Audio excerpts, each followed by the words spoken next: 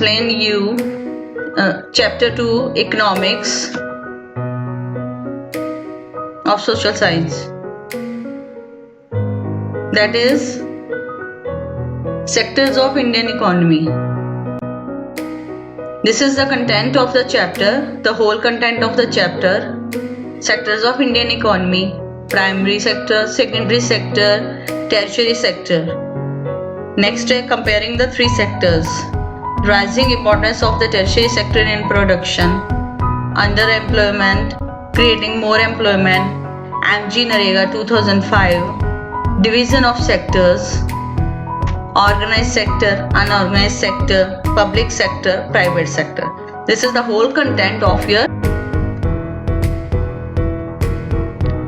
This is a pie chart. First of all, you can see the role of different sector in Indian economy from this pie chart. All percentage have been written here. You can see percentages, different colors and name. Manufacturing कितनी है? 11%, construction 11%, trade 9%, transport 4%, agriculture 53%. Like this, you can see this pie chart, and you have to draw this in your field.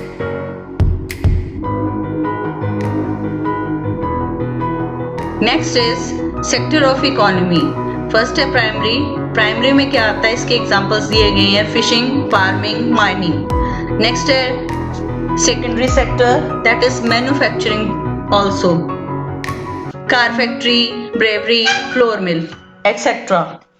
Service meaning tertiary sector, banking, retail shops, restaurants.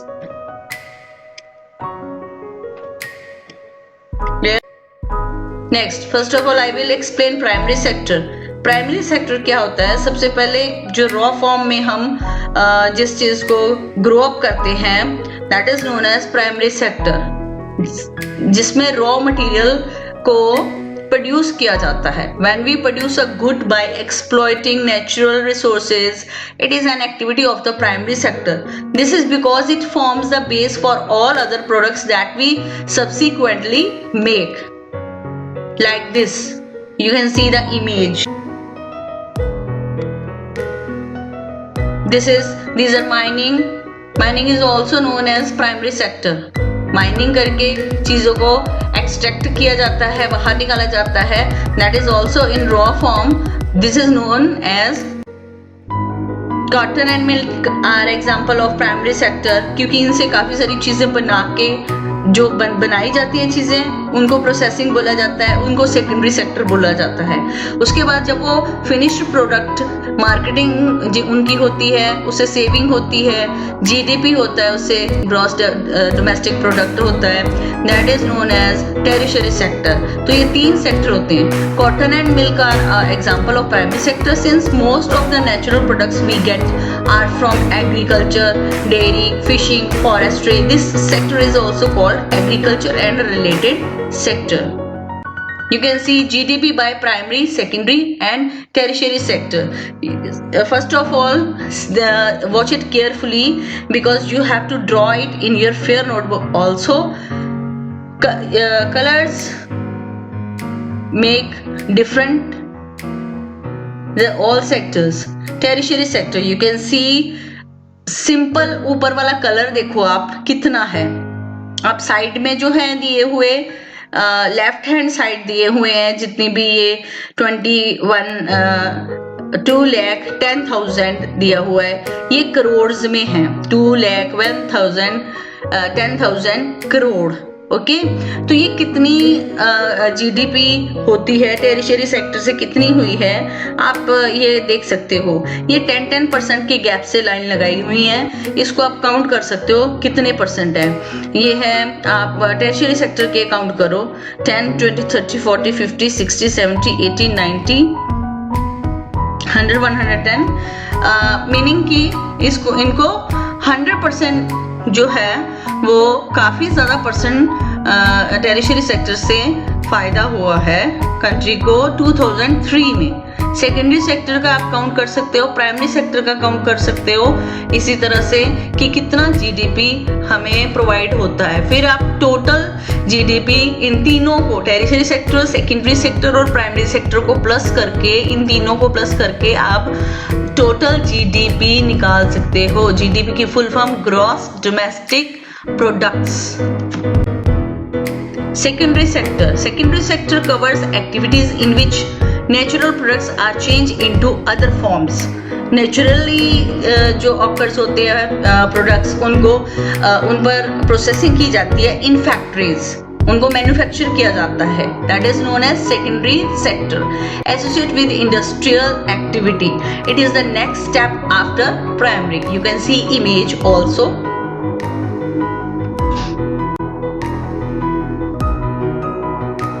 This is a graph, economic sectors. You can see different colors for different sectors.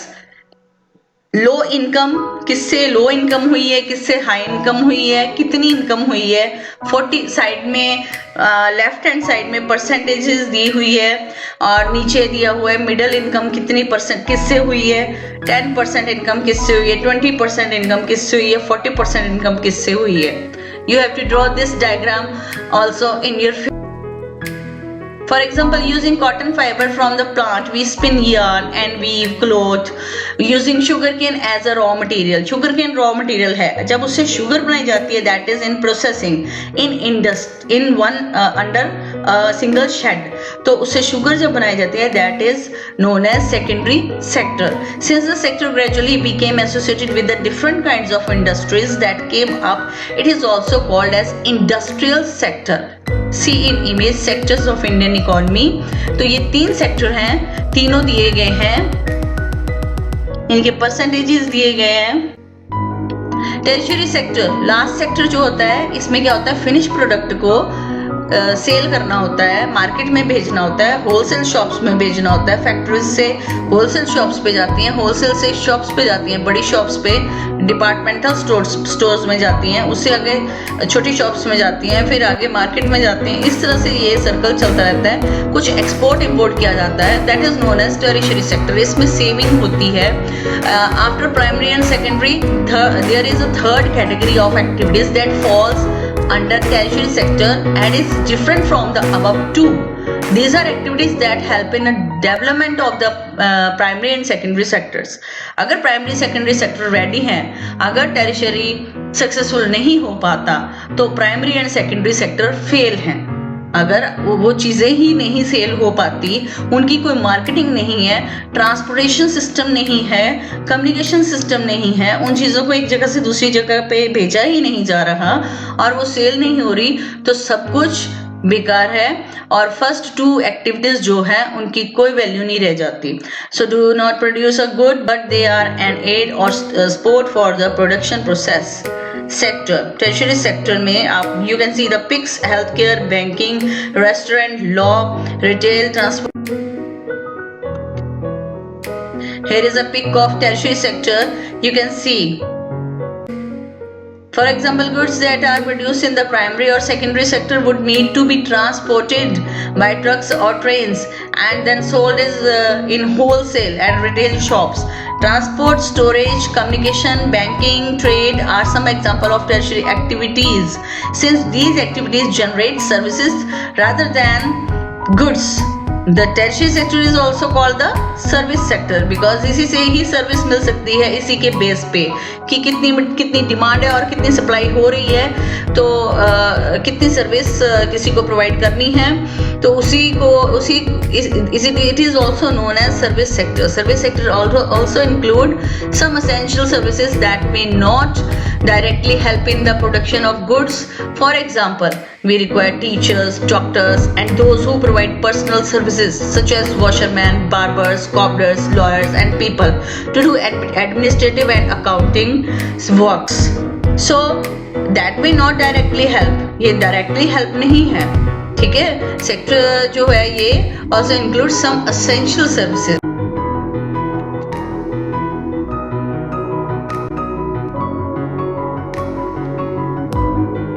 You can see value of sectors. All sectors in Indian economy left hand side पे करोड़ में दिया गया है, जो भी digit दिए गए हैं वो है रुपीस करोड़ में। 1973 का डाटा यहाँ पे दिया हुआ है एंड 2003 का दिया गया है। उसकी वैल्यू निकाली गई है, कितनी वैल्यू किसकी थी। यू कैन सी 50,000 करोड़ जो थी प्राइमरी सेक्टर की वैल्यू हुई। अब ऑरेंज जो है वो आप देख सकते हो 50,000 to 1 lakh crore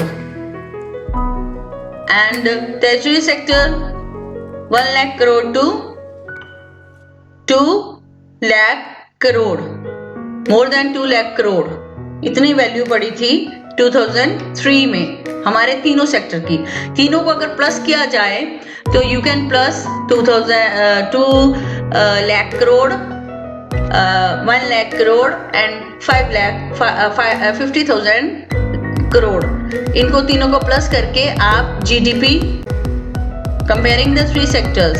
Now we can compare the three sectors with each other. The value of final goods and services produced in each sector during a particular year provides the total production of the sector for that year, and the sum of production in the three sectors gives what is called the gross domestic product GDP of a country.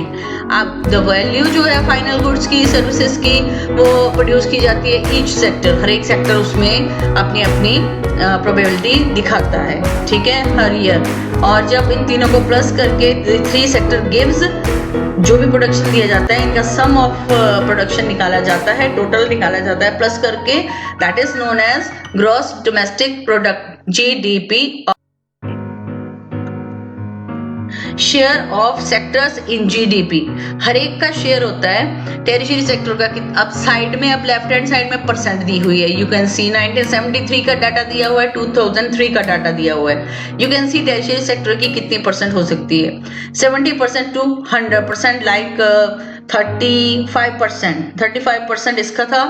Secondary sector का 1973 में कितना हुआ, you can see 45 to 65, 20% इसका हुआ and 45% हुआ primary sector का। तीनों को प्लस करके आप निकाल सकते हो जीडीपी परसेंट।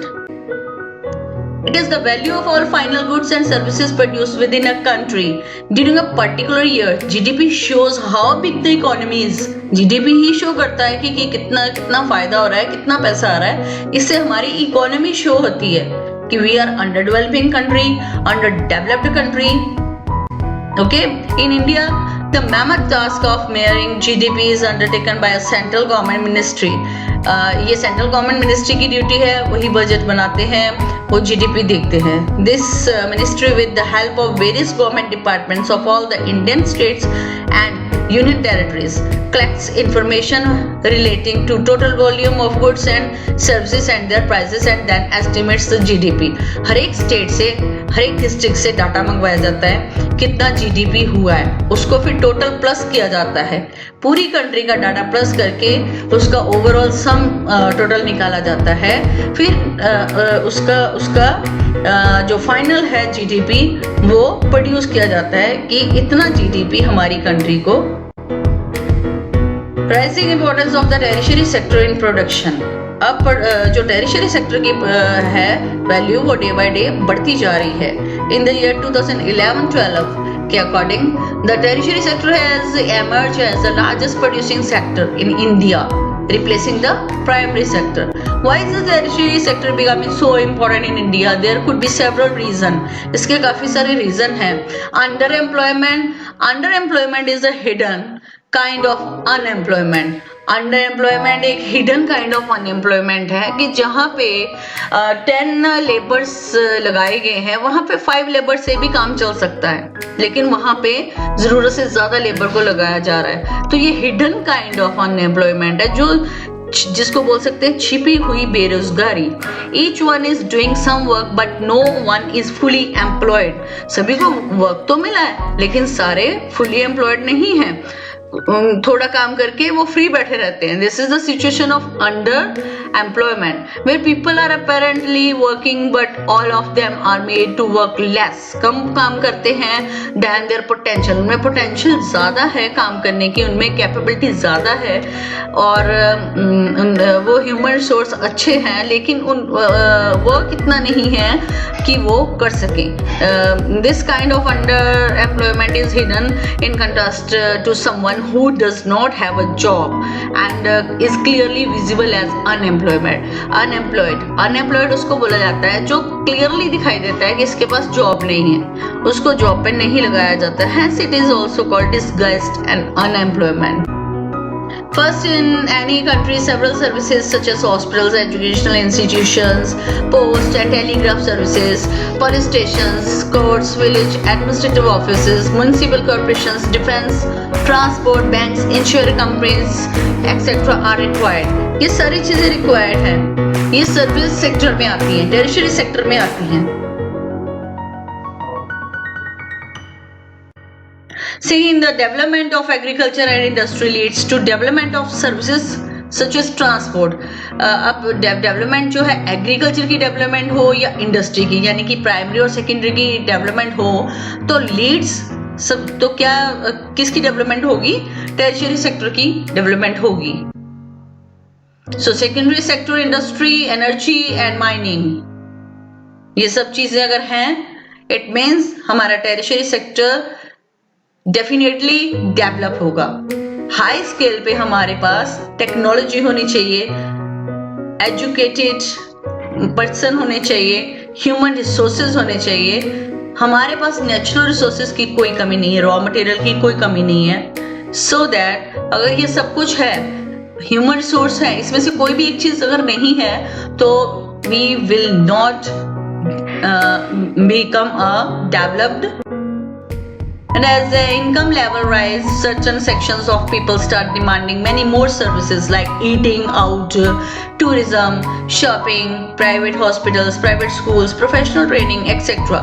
तो सेकेंडरी सेक्टर में ये भी आ जाते हैं, या इसको टेरिशरी सेक्टर भी बोल सकते हैं. लाइक टूरिज्म के लिए लोग आते हैं, शॉपिंग के लिए आते हैं, प्राइवेट हॉस्पिटल्स होते हैं, प्राइवेट स्कूल्स चल रहे हैं. ये सारा कुछ क्या है? ये डायरेक्टली जो दी जाने वाली हेल्प है, डायरेक्टली दी जाने वाली सर्विस है. Over the past decade or so, certain new services such as those based on information and communication technology have been important and essential. The production of these services has been rising rapidly. You can know IT, information technology, ये बढ़ती जा रही है. Underemployment is a hidden kind of unemployment. Each one is doing some work but no one is fully employed. This is the situation of underemployment, where people are apparently working but all of them are made to work less than their potential.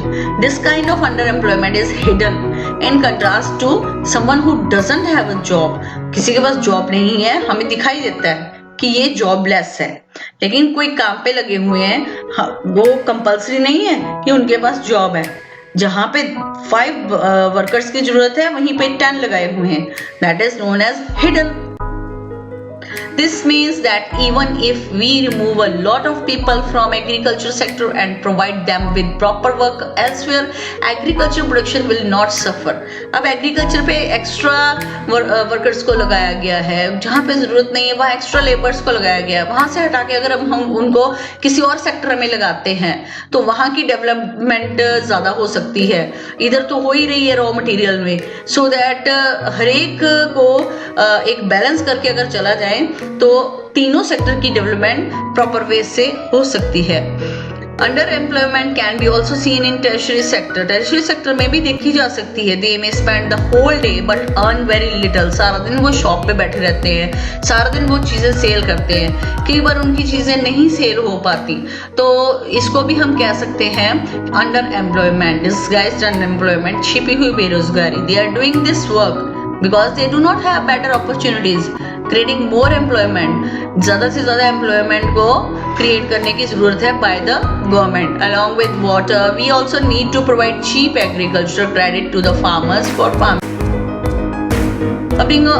Opening a cold storage could given give an opportunity for farmers to store their products like potatoes and onions and sell them when the price is good. जब price अच्छे चल रहे हैं तो उनको cell किया जा सकता है, थोड़े और डिमांड बढ़ने पे तब सेल किया जा सकता है। इस तरह से उनको अच्छे प्राइस मिल सकते हैं और हमारा जीडीपी बढ़ सकता है।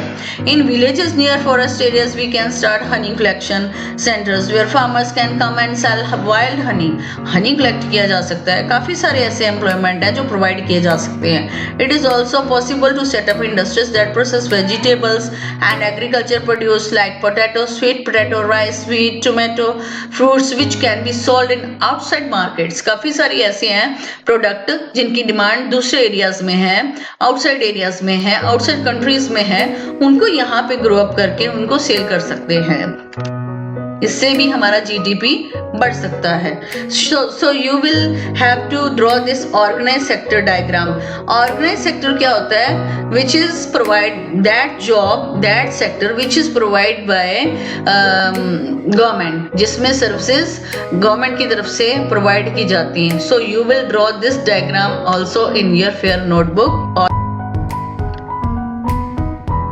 Right, employment in industries located in semi-rural areas and not necessarily in large urban areas. कुछ ऐसी होती है कि प्लानिंग कमीशन ने ये किया है कि कुछ ऐसी चीज़ें होती हैं जो सिर्फ रूरल एरियाज में ज़रूरत होती है, जिनकी अर्बन एरियाज सेंटर्स में ज़रूरत नहीं होती। तो planning commission estimates that nearly 20 lakh jobs can be created in the education sector alone. सिर्फ वो अर्बन एरियाज में जो एजुकेटेड लोग हैं उनके लिए प्रोवाइड की जा सकती है। Similarly, if we are to improve the health situation, we need many more doctors, nurses, health workers, etc. to work in rural areas. Rural areas में इन चीज़ों को किया जा सकता है, बढ़ावा दिया जा सकता है।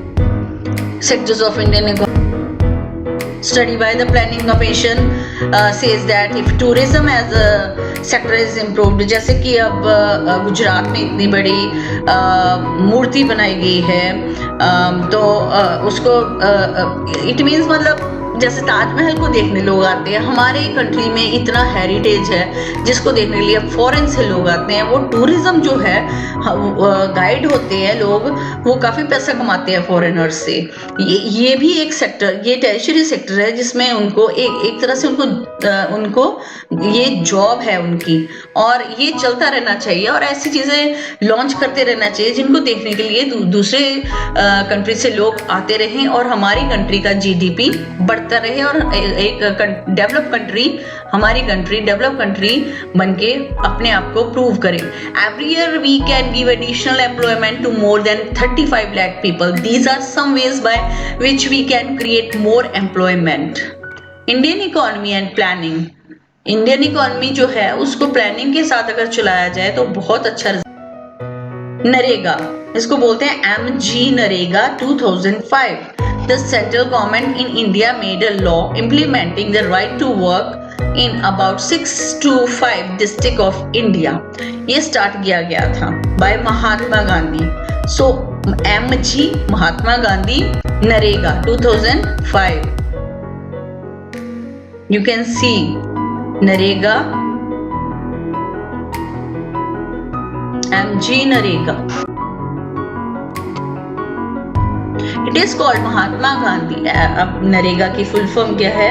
MG NREGA, MG Mahatma Gandhi NREGA, national rural employment guarantee act 2005 कि सभी को रूरल एम्प्लॉयमेंट की गारंटी दी जाती है। Under MG NREGA 2005 all those who are able to and are in need of work in rural areas are guaranteed 100 days of employment in a year by the government. कि 365 days में से 100 days उनको work जरूर दिया जाएगा और उतने में वो अपने पूरे साल के जितना कमा सकते हैं और अर्निंग कर सकते हैं और अपना रोजमर्रा की लाइफ के लिए सेविंग कर सकते हैं। If the government fails in its duty to provide employment it will give unemployment allowances to the people. अगर गवर्नमेंट ये काम नहीं कर पाएगी तो वो लोगों को उसके बदले में अपने पास से अलाउंसेस देगी। तो ये था MG नरेगा का प्रॉमिस। तो ये पूरा करते नहीं, गवर्नमेंट कभी पूरा करती है तो कभी नहीं किया जाता। तो कब कुछ परसेंट किया जाता है, इस तरह से है। Division of sectors as organised and unorganised. अब सारे सेक्टर को ऑर्गेनाइज्ड और अनऑर्गेनाइज्ड में डिवाइड किया गया है। ऑर्गेनाइज्ड सेक्टर वो होते हैं जिसमें गवर्नमेंट जॉब्स देती है और गवर्नमेंट उनके मिनिमम वेजेस फिक्स करती है। और organised sector covers those enterprises और places of work where the terms of employment are regular and therefore उसमें जो रेगुलेशन होती है, टाइम पीरियड उसका होता है और इसमें सिक्योरिटी प्रोवाइड की जाती है, फिक्स टाइम प्रोवाइड किया जाता है, वर्किंग आवर्स फिक्स किए जाते हैं, सैलरी फिक्स होती है। तो it is work more, they have to be paid overtime by the employer. They also get several other benefits from the employers. They get paid leave, उनको paid leave होती है, payment during holidays होती है, चाहे holidays है उसकी भी payment मिलती है, PF मिलता है, provident fund मिलता है, gratuity मिलती है, काफ़ी ऐसी उनके पास काफ़ी ऐसी फैसिलिटीज़ होती हैं जो गवर्नमेंट ने प्रोवाइड की हैं। They are suppose to get medical benefits and under the laws the factory manager has to ensure facilities like drinking water and a safe working environment. तो उनको आफ्टर जब वो रिटायर हो जाते हैं, after job, these workers get pension as well. Unorganised sector you know very well, ये private sector होते हैं, इसमें गवर्नमेंट कुछ नहीं करती, गवर्नमेंट जॉब्स नहीं देती, ये प्राइवेट इंस्टीट्यूशंस होती हैं और there are rules and regulation but these are not followed. Jobs here are low paid and often not regular, there is no provision for overtime, paid leave, holidays, leave due to sickness etcetera, उसकी money काटी जाती है। Employment is not secure, people can be asked to leave without any reason, उनको कभी भी निकाला जा सकता है काम से। When there is less work such as during some seasonable काम होता है कई बार, तो उसमें काम नहीं है तो फैक्ट्री से उनको निकाल दिया जाता है। Some people may be asked to leave. A lot also depends on the whims of the employer. This sector includes a large number of people who are employed on their own doing small jobs.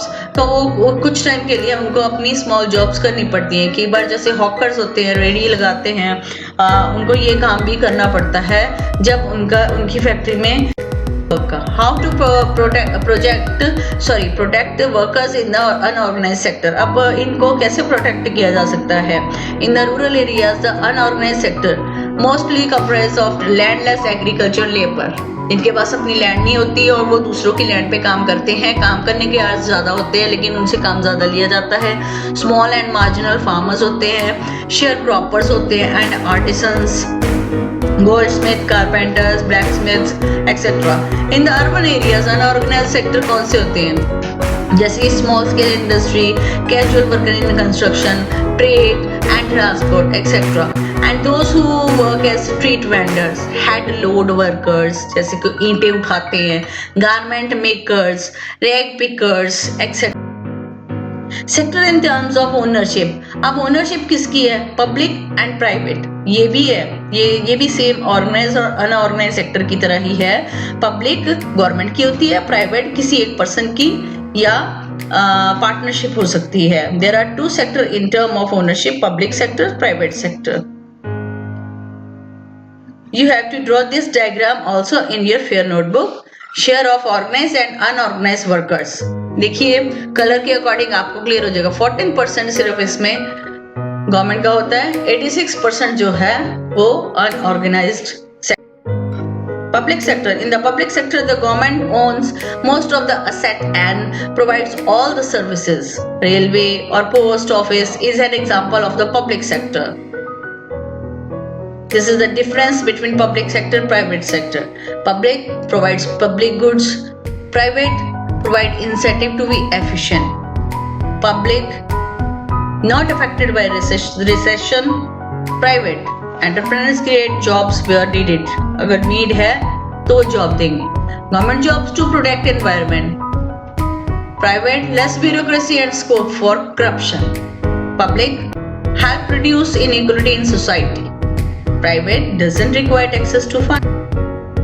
Now, private sector In the private sector, ownership of assets and delivery of services in hands of private individual or companies. Companies like Tata Iron and Steel Company (TISCO) or Reliance Industries Limited are example of this type of companies. Private sector common issues बताए गए हैं इनके. You can see. Thank you and have a nice day, students. I hope you understand chapter very well. Thank you.